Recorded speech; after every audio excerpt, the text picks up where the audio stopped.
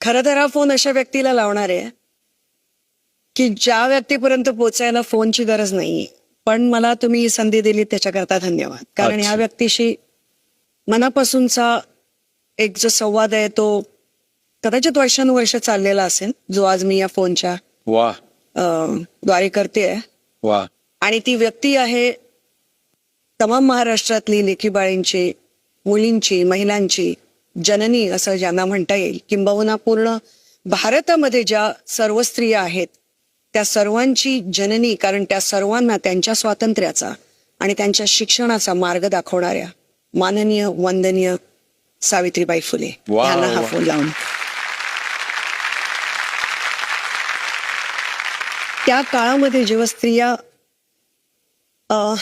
घरामधनं निघतही नव्हत्या, त्या काळामध्ये आई तू घराबाहेर पडलीस, आपल्या नवऱ्याने कदाचित सुरुवातीला नको असतानाही दिलेलं शिक्षण घेतलंस आणि आता पुढे हा विचार केलास की हे शिक्षण मला माझ्या प्रत्येक एका लेकीबाळीपर्यंत पोहोचवायचंय.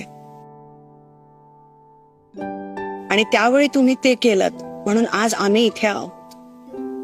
आणि आई ज्याप्रमाणे सगळं आईच असते एका मुली करता, त्यामुळे ज्याप्रमाणे प्रेम आदर सगळं आई असते त्याप्रमाणे वाईट वाटलेल्या गोष्टींकरता सुद्धा आई असते.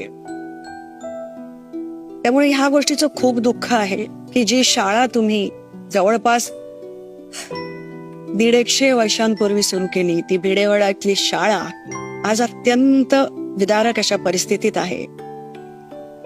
कारण पक्ष बदलतात, सत्ता बदलतात, पण कोणाला हा विचार आलेला नाही की ज्या व्यक्तीने ह्या महाराष्ट्राला आणि संपूर्ण देशाला स्त्री शिक्षणाचा मार्ग दाखवला, त्या भिडेवाड्यातल्या त्या शाळेला आपण परत एकदा